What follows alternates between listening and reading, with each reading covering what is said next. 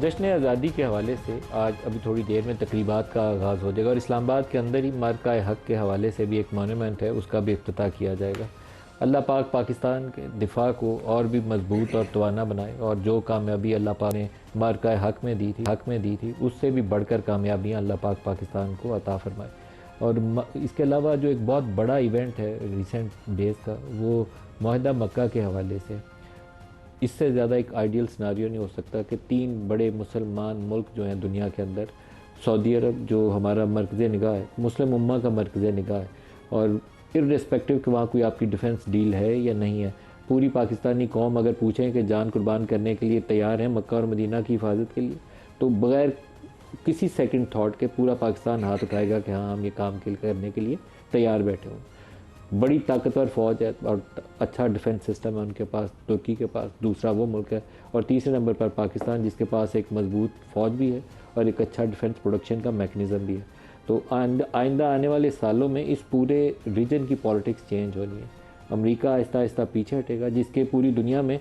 800 के करीब military bases है, किसी और मुल्क के नहीं है। अमेरिका के 800 के करीब मिलिट्री बेसिस है, इस रीजन में भी कई दर्जन उसकी मिलिट्री बेसिस हैं, और उसको पीछे अब ग्रेजुअली हटना है। इस ईरान वाली जंग के बाद जहां ईरान ने सिर्फ खड़े रहकर उसको शिकस्त देने पे शिकस्त खोर्दा कर दिया उसको। ईरान के पास चलाने के लिए सिर्फ दो हथियार हैं, एक मिसाइल और एक उसके पास ड्रोन्स हैं। और अमेरिका जिसकी मिलिट्री माइट थी, जिसके ऊपर ये था कि कोई खड़ा नहीं हो सकेगा, उसकी मिलिट्री माइट की वो मिथ जो है वो ईरान ने सिर्फ अपनी यूनिटी से खड़े रह के तोड़ दी है।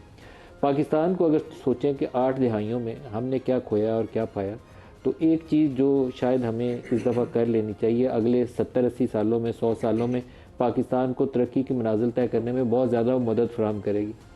कायद-ए-आज़म के जो फरमूदात हैं वो हमें इस्लामाबाद, लाहौर, कराची, पेशावर, कोयटा, उसकी सड़कों और चौराहों के ऊपर लिख देने चाहिए कि कायद-ए-आज़म ने कैसा पाकिस्तान सोचा था। क्या हमने वैसे ही पाकिस्तान बनाया जिसका इकबाल ने ख्वाब देखा था, या कुछ और कर दिया इस पाकिस्तान के साथ। सिर्फ कायद-ए-आज़म के फरमूदात में, और कुछ भी नहीं कह रहा, सिर्फ उनकी स्टेटमेंट्स उठा लें और उसके पैराज उठा लें, 2-2, 3-3 पैरा उठाएं उनके, और उसमें से एक-एक, 2-2 लाइनें हर चौराहे के अंदर मोटे हरूफ के साथ लिखें, जिसको हम पूरी कौम जो है 25 करोड़ लोग उसको ज़ुबानी याद कर लें। हमारे बच्चे जो स्कूलों में जाते हैं और मुताला पाकिस्तान की शक्ल में हम सिर्फ उनको गोल मेज़ कॉन्फ्रेंस की तारीखें याद कराते हैं, उसकी बजाय अगर कायद-ए-आज़म के अक़वाल उनको याद करा दें, तो पाकिस्तान में डेमोक्रेसी कैसी होनी चाहिए, पाकिस्तान में अक़लियतों के हकूक़ क्या हैं, पाकिस्तान में जर्नलिज़म का तसव्वुर कायद-ए-आज़म की नज़र में क्या था, पाकिस्तान में सिविलियन सुप्रीमेसी कायद-ए-आज़म ने क्या सोची थी, वो सारी चीज़ें खुद से तय हो जाती हैं। उसके लिए आपको बहुत ज़्यादा बहस मुबासे की ज़रूरत ही नहीं पड़ेगी,